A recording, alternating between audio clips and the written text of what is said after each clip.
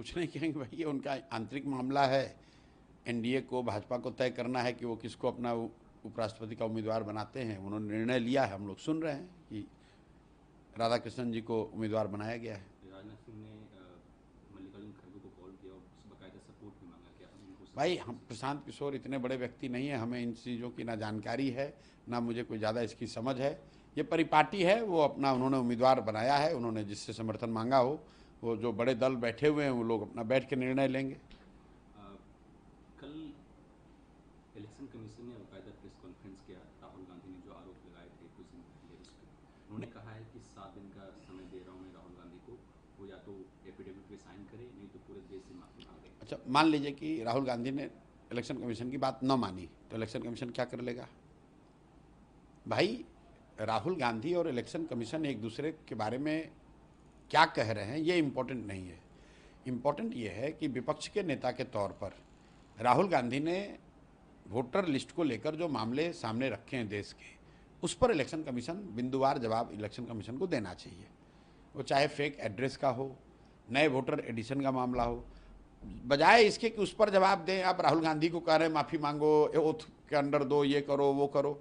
भाई एक बार को हटाइए, राहुल गांधी ने कहा या नहीं कहा, पब्लिक डोमेन में तो ये जानकारी है। इलेक्शन कमीशन स्वायत्त संस्था है। In the interest of transparency and trust in electoral process, election commission को स्वेच्छा से ही ये कहना चाहिए था कि भाई ये मुद्दे संज्ञान में लाए गए हैं, इसकी हम लोग जांच कर रहे हैं, जांच करके हम ये बिंदुवार उसका उत्तर दे रहे हैं। बजाय उसके इसको Rahul Gandhi versus election commission versus Rahul Gandhi बनाने का कोई मतलब नहीं है। इलेक्शन कमीशन कह रही है कि जो आरोप इलेक्शन कमीशन के ऊपर लगाया जा रहा है वो बेबुनियाद है। भाई बेबुनियाद है, पहले बताओ तो कैसे?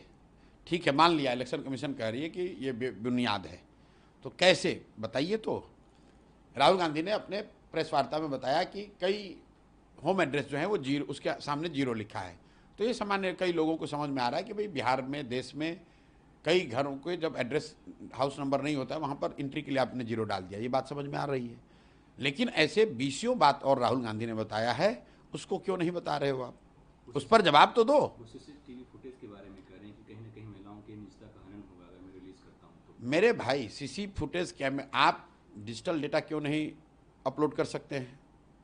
डिजिटल डेटा क्यों नहीं अपलोड कर सकते हैं? ये प्राइवेसी का मामला बनाकर इलेक्शन कमीशन लोगों को बेवकूफ़ बनाने की कोशिश कर रहा है। आप बताइए कि फॉर्म 20 का डेटा, फॉर्म 19 का डेटा, फॉर्म 6 का डेटा अगर आप ऑनलाइन जारी करेंगे उससे क्या प्राइवेसी का मामला हो जाएगा? भाई वोटर लिस्ट तो उपलब्ध है ही ना पब्लिक डोमेन में, कौन कौन वोटर है ये तो पता ही है। उसको अगर आप मशीन रीडेबल फॉर्म में कर देंगे तो उससे क्या प्राइवेसी कॉम्प्रोमाइज़ हो जाएगी? अगर आपकी जानकारी पब्लिक के बारे में नहीं है कि फलाने व्यक्ति वोटर हैं या नहीं हैं, तो जानकारी देने में प्राइवेसी का मामला होगा ना। यहाँ पर तो आपने जानकारी दी है, लेकिन एक ऐसे फॉर्म में दी है जिससे कि उसको एनालाइज करने में, फॉलो करने में लोगों को दिक्कत हो रही है। अगर आप उसको डिजिटल फॉर्म में, मशीन रीडेबल फॉर्म में दे देंगे तो जो जानकारी उपलब्ध है उसको देखने समझने की क्षमता बढ़ जाएगी। इसमें प्राइवेसी का मामला कहाँ से है? कमीशन ने यह भी कहा कि एक भारत एक लोकतांत्रिक देश है, ऐसे में यहाँ के मतदाताओं को अपराधी कहना, वोट चोर कहना नहीं, अब मुझे नहीं लगता है कि, देखिए मुझे नहीं लगता है कि राहुल गांधी ने वोटर को चोर कहा है। उन्होंने इलेक्शन कमीशन पर यह आरोप लगाया है, तो इलेक्शन कमीशन वोटर नहीं है। इलेक्शन कमीशन तो एजेंसी है जो वोटरों के से वोट मतदान कराने की उनकी जिम्मेवारी है। उन्होंने, राहुल गांधी ने, जहाँ तक मैं समझाऊँ, जो बात मैंने सुनी है, राहुल गांधी ने वोटर को चोर नहीं कहा है। उन्होंने उस प्रक्रिया में जो चोरी हो रही है या गलती हो रही है उसकी बात कही है। राहुल गांधी ने कहा है कि मैं आपको छोड़ने वाला नहीं हूँ, मैं आपको एक्सपोज कर दूंगा।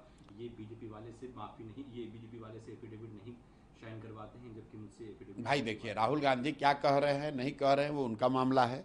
राहुल गांधी सक्षम है, उनकी पार्टी सक्षम है अपनी बात रखने को, कहने को, लड़ाई लड़ने को। मैं एज ए थर्ड पार्टी इतना ही कह सकता हूँ कि मामला राहुल गांधी और इलेक्शन कमीशन का नहीं है, मामला इलेक्टोरल प्रोसेस का है, उसकी शुद्धता, उसकी विश्वसनीयता का है। राहुल गांधी विपक्ष के नेता हैं, उन्होंने बात उठाई है तो इलेक्शन कमीशन को उसका जवाब देना चाहिए। अगर राहुल गांधी न उठाकर कोई दूसरा व्यक्ति भी बात को उठाता, तथ्यों को पब्लिक डोमेन में रखता, तो इलेक्शन कमीशन की जिम्मेवारी बनती है कि उस पर वो जवाब दे।